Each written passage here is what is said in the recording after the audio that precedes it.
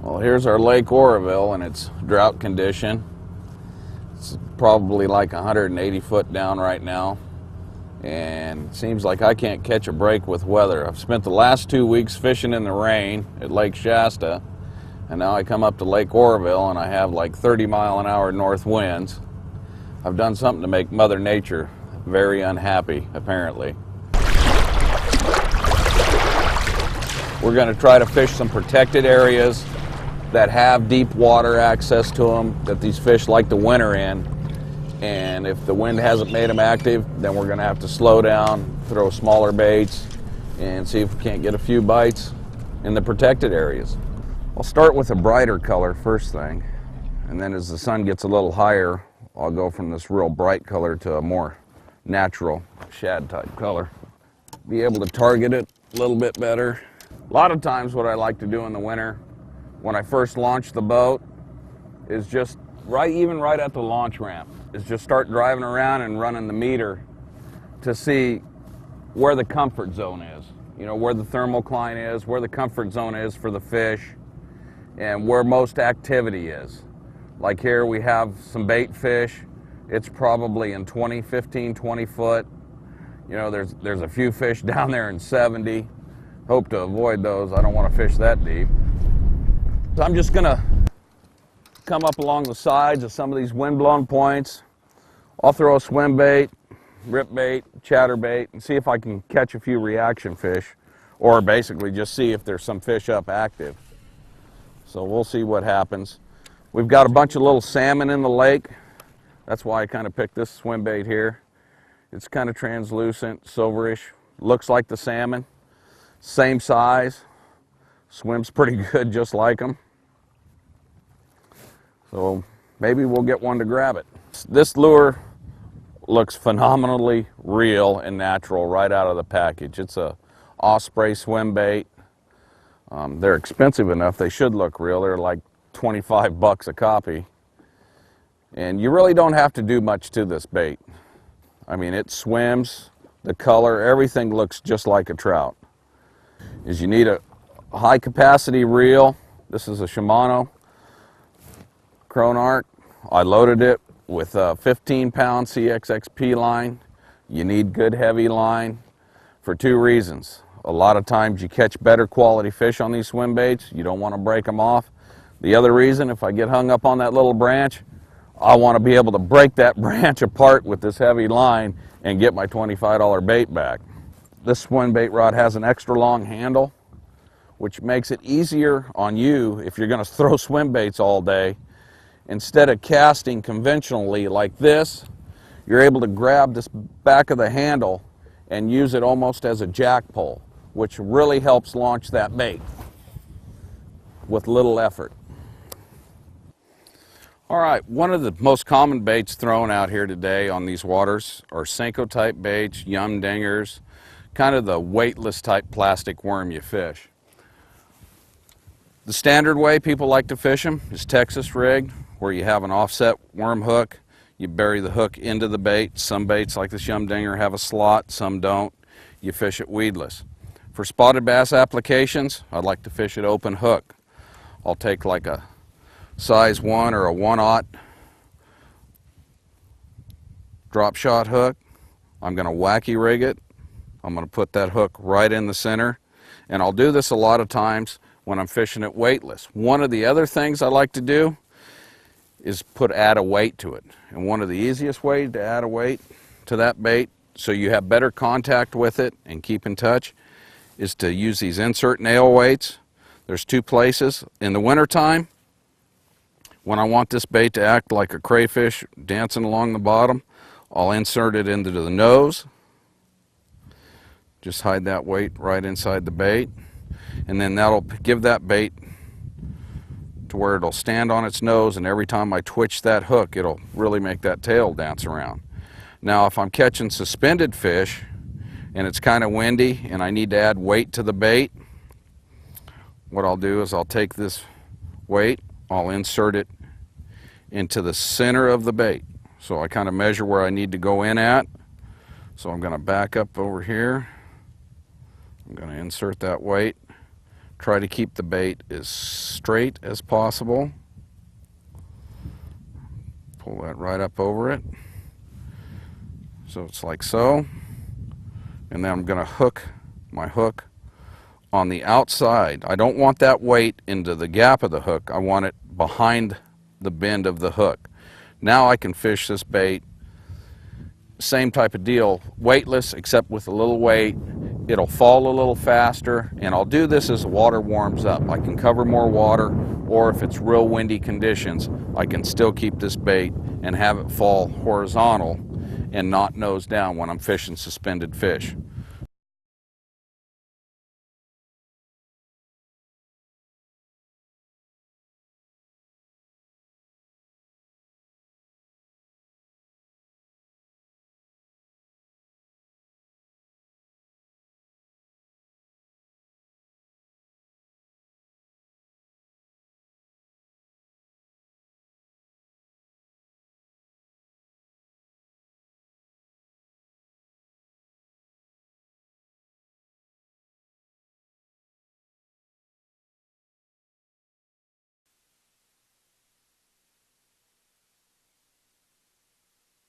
I never got a bite or a strike on that swim bait, so basically I'm going to turn around, I'm going to let that wind push me back through that area, and now I'm going to throw a rip bait, a rattling rogue, and see if I can't get a strike on it.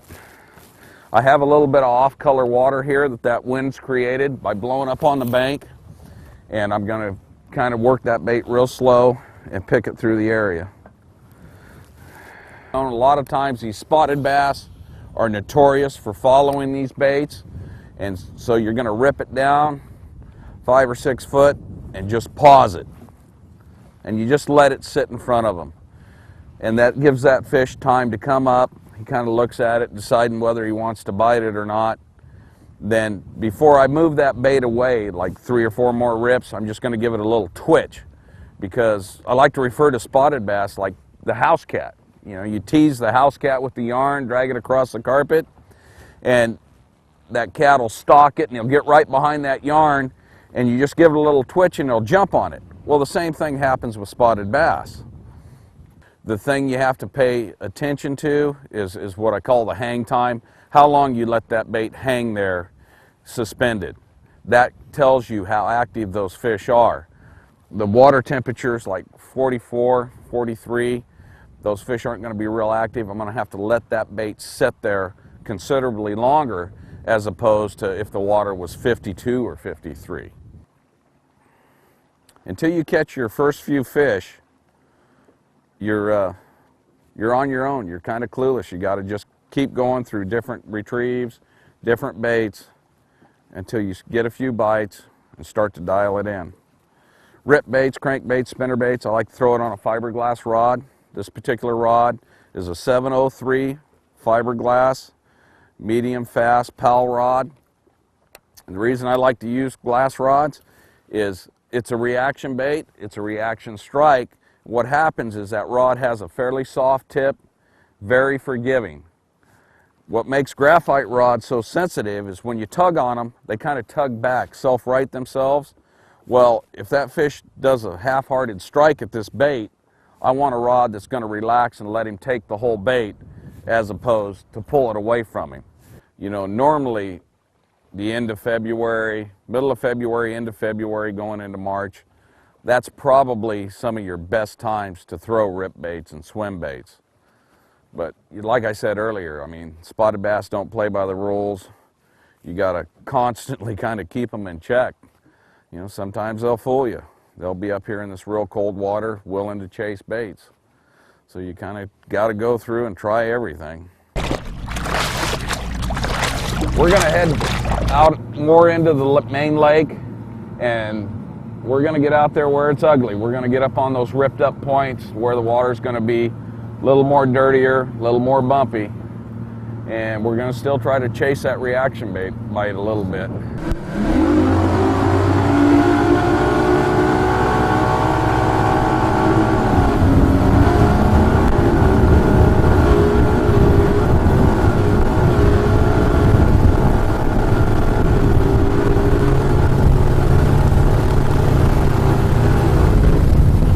You can see this is some of the type of the stuff I'm going to fish, where this wind is blowing directly in it or right by it. Some of these points that extend out into the lake, and these fish are going to be right on this side on the point or right in that leeward cut. And we're going to bounce around and hit a few of these, see how it goes. It's pretty bumped up. You can see I'm wet already, and the camera's taking a good little bath, so we know it's clean, ready to shoot some good footage. So hopefully we can catch a couple. We'll give it a try. We're going to throw that rip bait, just kind of go down through here and see if we can get a few bites on these wind-blown banks.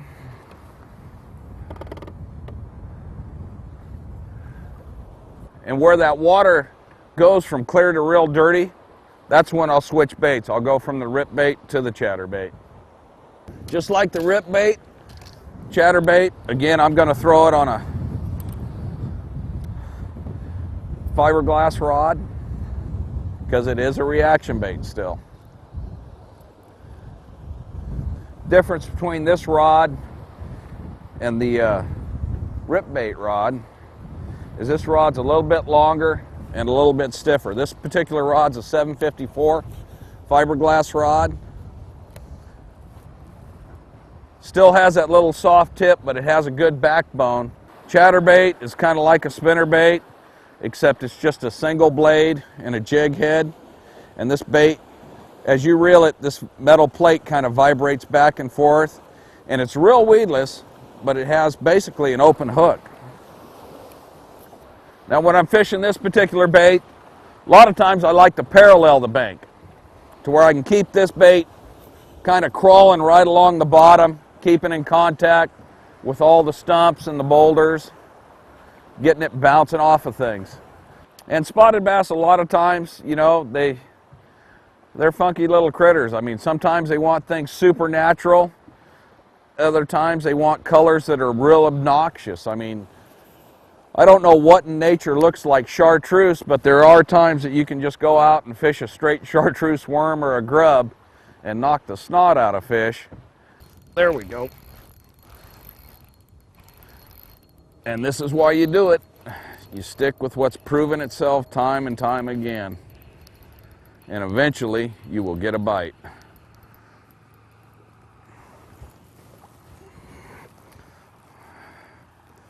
That's a nice little fish. Ate a green pumpkin tube. Boy, he is ice cold.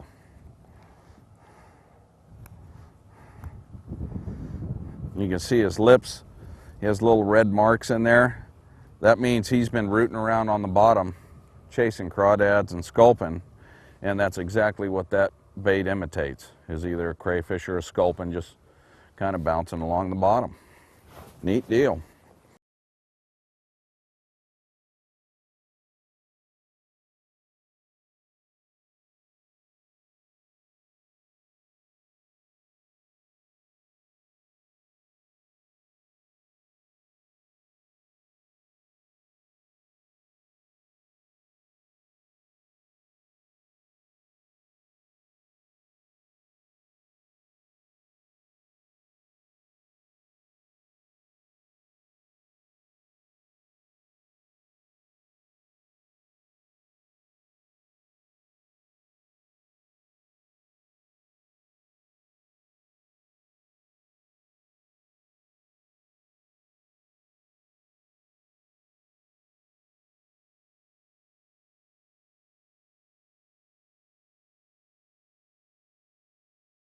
Some of the tricks that I do with topwater fishing, especially with plastic frogs, is I like to add weight to them. I'll wrap a little lead around the hooks, add a little extra weight. Anytime that I can add weight to that bait, it's going to help me be more accurate with it. One of the other things I like to do is trim off. You see a brand new frog out of the package, the legs are really thick.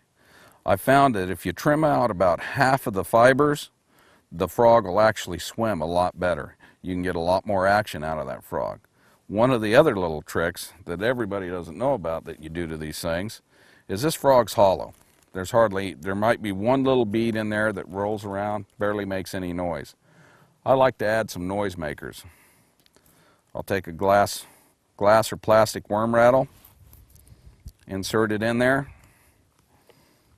I'll take an extra glass bead in there, throw that in there, just like so. Starts to add a little more noise. Last but not least, I'll take these little bells you buy from a hobby shop and I'll throw a couple of those in there. And all of a sudden it takes that little quiet frog into a rowdy, noisy frog. Now there's a lot of noise going on in there. So now I trim the legs back. I get a lot of side-to-side action. Every time that frog bounces side to side, those glass beads and rattles and bells are in there making noise, helping draw attention to the frog and hopefully get a few more strikes. Right now, I caught my first fish on a Yum mega tube, throwing on a 3/16 ounce dart head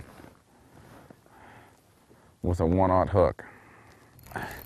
Now see, that first fish I caught was like in 15, 20 foot of water. Well, no wonder. This fish was in 2 foot of water, and it's not a bass. This is my mother's dinner.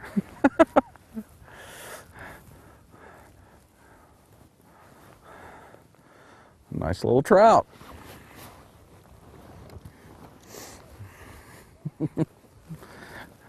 See, Mom, I'm always thinking about you. There we go. And that's, I saw that line pop, and I just gave it a little check, and there was a little bit of pressure. This feels like a pretty decent fish.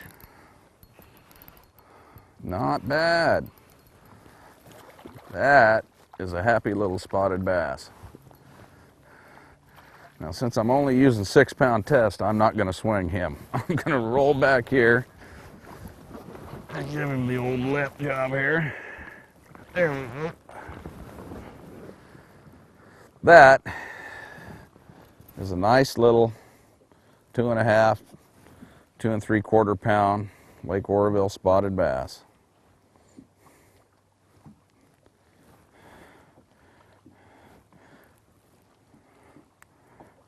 And man, that line just barely moved, ever so subtle.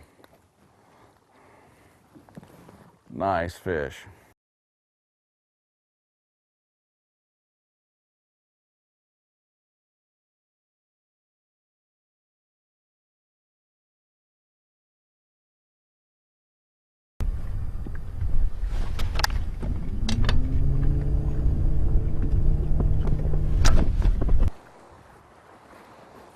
This particular bait,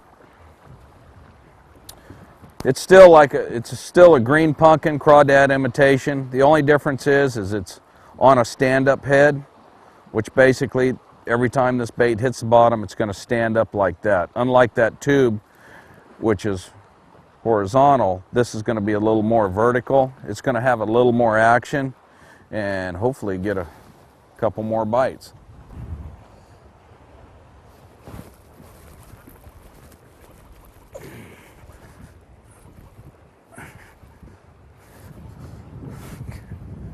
Drug right across that point with that sweet beaver. A little heavier line, I could swing this guy. Got lucky. So that's 2 fish off of 1 clay point. A little bit of broken rock, wind blowing into it. It's a good deal. Again, you can see these fish, they have red lips, red mouth where they're rooting around in those rocks for the crayfish. A common question about spotted bass is, how do you tell a spotted bass from a largemouth? The easiest and quickest way is if you look in on that fish, he has that little patch right there. That little dark patch is a patch of teeth. Only the spotted bass have that. And if you look back in his mouth there a little bit, you can see kind of what else they're feeding on other than crawdads. Get a pair of pliers here and I'll show you. A pond smelt.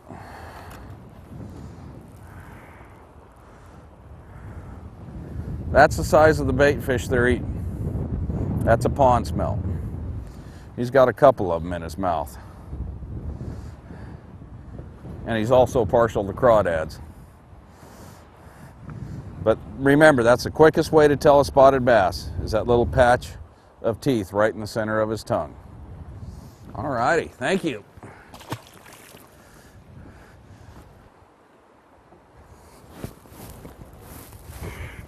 Here's one. I kind of stuck with that jig head. It's a 1/2 ounce stand-up head, and I'm able to feel that bottom better. Maybe it's part of that deal making a little more noise. That tube wasn't making the noise that this thing is. That or I'm feeling more bites. Come here. Boy, they're not too active in this colder water. Good deal. That's a nice little 2.5 pound fish. Maybe that's the E-ticket. That thing's standing up, kind of bouncing around on the bottom. Alrighty, thank you, fish. Well, we'll go through some of the baits that we used today. We'll start with the one we caught our first fish on. Tube type bait. It's called a Fat Gets It or a tube. It was rigged on a 3/16 dart head, 6 pound fluorocarbon P line. It's on a 701 fast action pal rod, spinning rod. And basically I'd work that bait just barely, slowly, just dragging it along the bottom. Shake it every now and then to try to get those tails to move. Caught a couple of fish doing that with this bait. The other bait that I caught fish on was this stand-up head with a sweet beaver.